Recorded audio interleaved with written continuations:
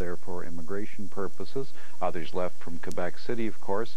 In the South African War, most of the contingents left from Halifax, although the first, with my great-grandfather, left from Quebec City in October of 1899, one of those cold, rainy autumn days that turned beautifully shiny at the end. The photographs record it. So there's a long history. Canada is a very fortunate country. We've always sent our soldiers abroad since the 1860s, and that's a privilege that we probably didn't appreciate at the time. If you want to think about it, the alternative is to have them stay here and fight, or perhaps not fight at all and leave us out of the key events of the world's history.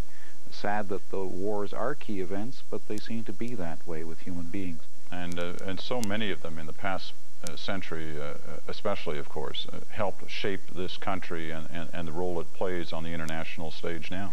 Yes, and the great majority of them were volunteers. It's still astonishing to me that in the First War, almost one in four men of Canadian origin volunteered for a very distant, very unpleasant war. And the numbers were comparable in the Second World War. I asked my class the other day how many of them would think of volunteering now, and a few furtive hands sort of popped up and saw the consensus was against them and dropped back down again. We're leaving the danger to a very small share of our population, and a pretty noble one in my view. If they weren't there, we would be pretty much ashamed today.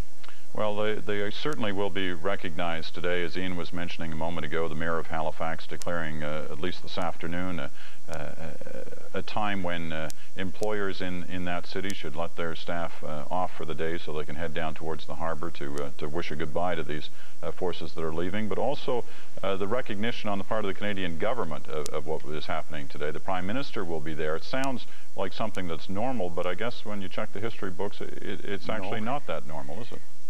This is, I think, almost a first.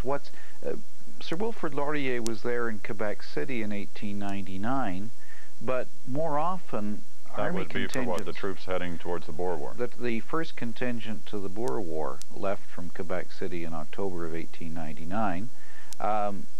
Otherwise, very often contingents passed through Parliament Hill, would get off the train in Ottawa and go and have a little parade in front of the Parliament buildings. That was certainly true of the voyageurs that we sent to the Nile campaign in 1884. Many of them were native people, others French Canadians from the West. It was true of Lord Strathcona's horse in 1900. It was true of some of the contingents that left in the First World War, but much less so in the Second, when the Prime Minister, bless his little pointed head, was not very keen on being seen with soldiers. One of his big encounters with them led to a booing episode that he never forgot. But he was a different kind of Prime Minister than our present and earlier ones, and in some ways more successful. All right, Des, well, don't go away, because we're going to be relying you on over this next hour or 2 hours as we cover the scene in Halifax for context and perspective like that, and a discussion too of course of the role that these forces will be called upon to play this time around. Des Morton joining us from Montreal, and we will be hearing more from him throughout this. Both Des and Ian mentioned the last major use of Canadian forces by sea as being, of course, the Gulf War. A little confusion on the dates. The actual combat took place in 1991, but it was 1990 when this whole process began. This was a flashback to those late summer days of 1990 when the Canadian vessels involved that time left from Halifax Harbor once again. A very different kind of day weather-wise, obviously, but a huge crowd there on that day as the Canadian vessels were heading out of Halifax Harbor for duty in the Gulf. As Ian mentioned, a lot longer time period in terms of preparation for that one. You may recall it was midsummer, the beginning of August, when the Iraqis invaded Kuwait. The beginning of the military buildup started later that month as the coalition forces decided they were going to move over there to evict the Iraqis from Kuwait.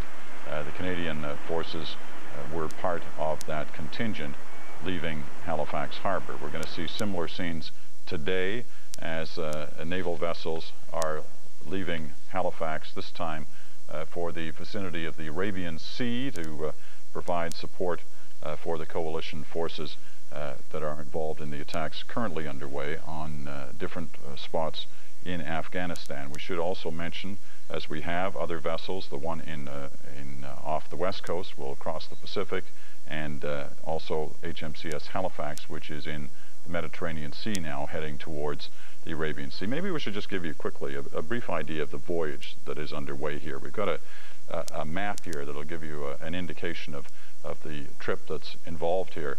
From Halifax, the force, we will first spend a couple of days just outside Halifax Harbour getting things straight on board ship, but then begin the voyage from Halifax across the Atlantic, through the Mediterranean, down through the Suez Canal, the Red Sea, and into the Arabian Sea, positioned somewhat south then of Afghanistan.